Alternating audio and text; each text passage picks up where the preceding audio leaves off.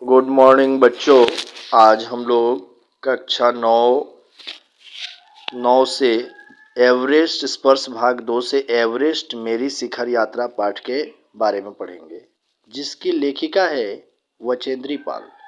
तो सबसे पहले बच्चों हम लोग वचेंद्री पाल के बारे में कुछ जानते हैं। वचेंद्री पाल का जन्म उत्तरांचल के चमोली जिले में बम्पा गांव में 24 मई 1954 को हुआ। वचेंद्री अपनी मां हंसादेई नेगी और पिता किशन सिंह पाल की तीसरी संतान है।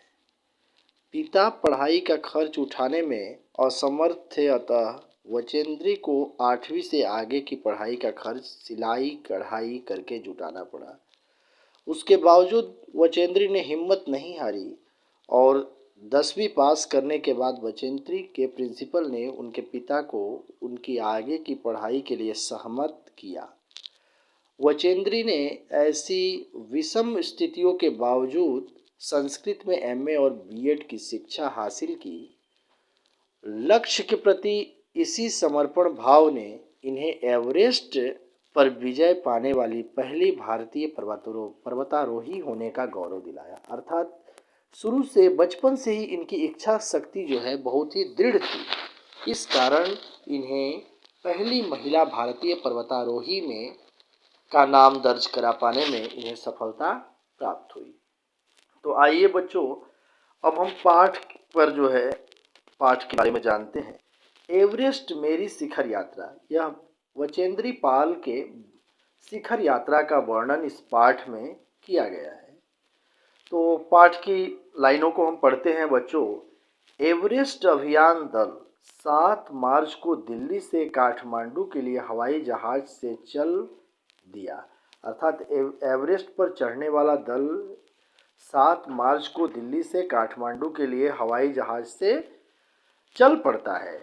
एक मजबूत अग्रिम दल बहुत पहले ही चला गया था। अर्थात इसके पहले भी एक मजबूत दल काठमांडू के लिए चला गया था, जिससे कि वह हमारे बेस कैंप पहुंचने से पहले दुर्गम हिमपात के रास्ते को साफ कर सके। अर्थात वह दल इस कारण से गया था, उस दल को इसलिए भेजा गया था कि वो हमारे रास्ते को साफ कर सके।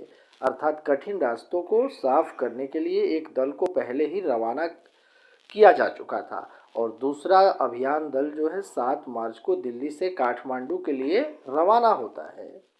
तो आगे बच्चों, नमचे बाजार शेरपा लैंड का एक सर्वाधिक महत्वपूर्ण नगरीय क्षेत्र है। एक जगह का नाम है बच्चों नमचे बाजार, जो कि बहुत ही महत्वपूर्ण क्षेत्र है, महत्वपूर्ण जगह है शेरपा लैंड का।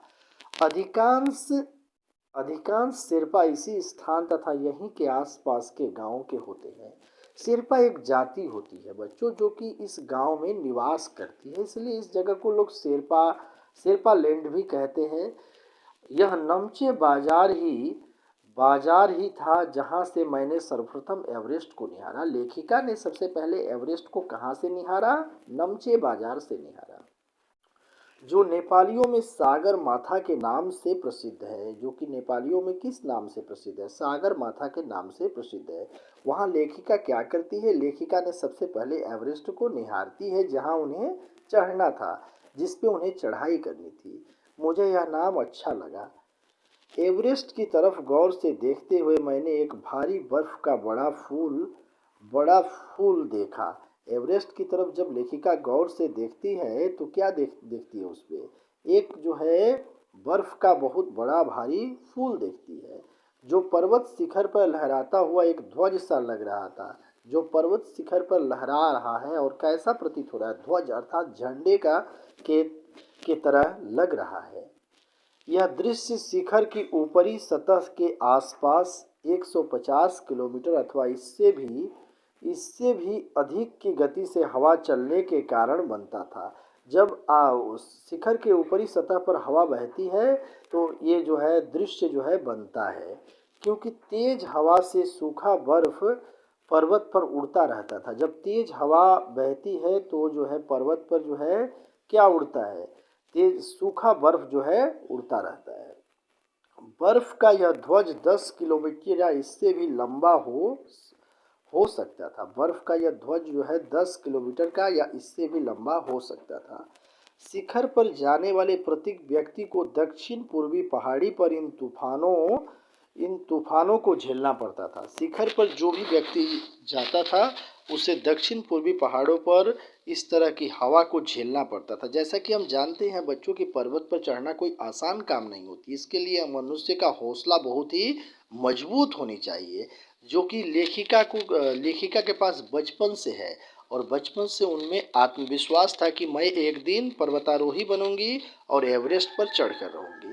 तो इस तरह की विषम परिस्थिति कठिनाई को झेलते हुए ही व्यक्ति जो है एवरेस्ट पर जा सकता है। हालांकि विशेषकर